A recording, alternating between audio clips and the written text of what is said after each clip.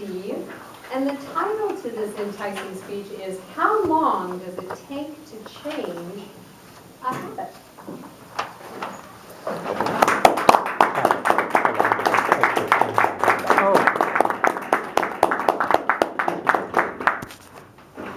And the bag isn't my prop. I like to play with our minds sometimes. I do a lot of training with people at my company and trying to get them out of their comfort zone and stretch their awareness and things like that. And it's fun to come up with things when you see something that, oh, I could use that. Like I did something that you did in the speech, holding up 2 fingers and going around the room. It worked beautiful. This is another thing that we do things throughout our life and we don't even think about it. It totally becomes automatic. When we brush our teeth and we think about brushing our teeth. When we get dressed and we think, how do I get dressed every morning? What I want to share with you today is something that I learned just recently in a TED Talk that I've been doing wrong for 50 years. Oh no. Did something wrong for 50 years. But it was true. It's something that you can do, every one of you could do with your eyes closed.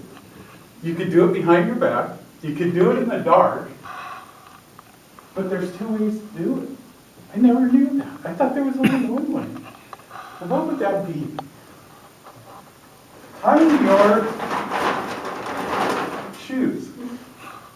Has anybody ever thought about tying their shoes, that there's 2 ways to do it?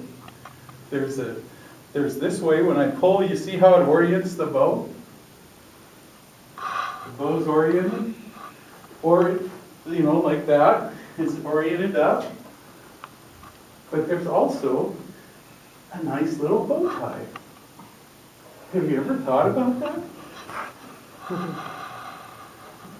I want this side of the room to think about tying your shoes. I'll be back. This side I'm going to show you. So, that's probably around 5, I learned to tie my shoes. Right?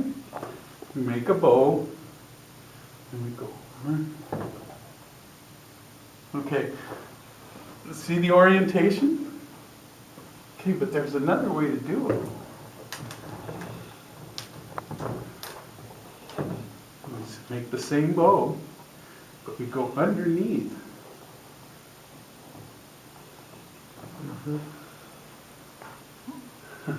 Left-handed people, I found through this technical research that left-handed people seem to have an advantage at this. Let me show the other side. Now, you guys think about the new way that I showed you. So, when I was 5, I learned to do it this way. And when I pull, it aligns the bow that way. You do it the same way. But go underneath and through, which seems a little cumbersome, but you get the nice bow that way. You'll never have to double knot your shoes again if you tie it this way. It will stay tied better. And the gentleman that I saw do the TED Talk on this had some dress shoes that he had bought and could not keep them tied. Took them back to the person at the shoe shop and said, I can't keep them tied. I said, well, you're tying your shoes wrong. He says, you mean after 50 years I've been tying my shoes wrong?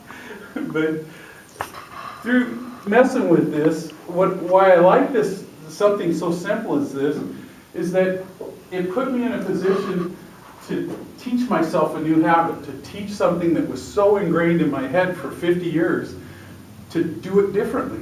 And how long does that take to change the habit?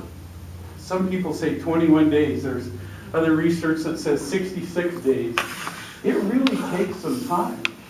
You have to think about it. I had to think about tying my shoes, and it makes me think about maybe a stroke victim. They start and have to learn all these things again. And that's kind of the thing that I like to play with your mind, of changing something that you do daily and try it a different way and see if you can improve it. after messing with this for some time, I think what I came up with was a method that was probably a left-handed person does. I've changed to where now I make the bow on this side, and I go over the top like I always did, and I get the same result. So I took what I've learned and then modified it to what worked for me. And now I tie my shoes and they don't come untied anymore. Thank you.